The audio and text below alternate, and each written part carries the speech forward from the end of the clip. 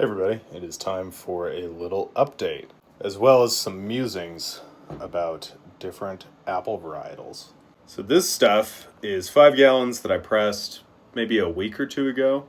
This was fermenting probably harder than I've ever seen anything ferment ever. It was going crazy, which you can see in some of my other videos. But now we've got a whole bunch of sediment down there and not very much movement up here, which tells me that fermentation is probably just about done. I'll give it maybe a day or two before I rack, but it's about done, which is exciting.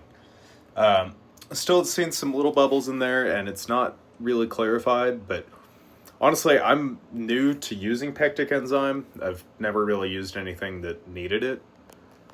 I meant I've never fermented anything that needed it. But it seems like pectic enzyme takes a little while to work, and here's why. This, which is clarifying pretty nicely, actually.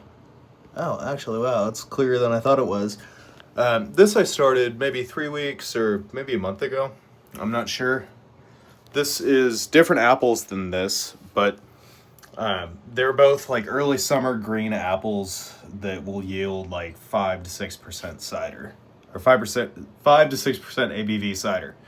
But it just took a while for that to clarify, and there's not really much just sitting on the bottom, which is surprising. I mean, I racked this recently, but still.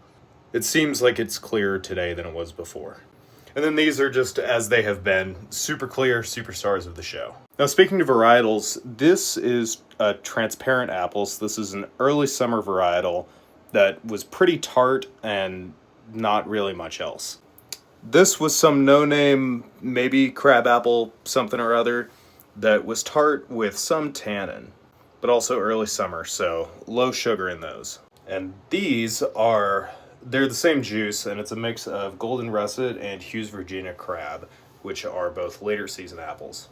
And I wonder if the difference in color is because there's just not as much nutrient in these as there is in those.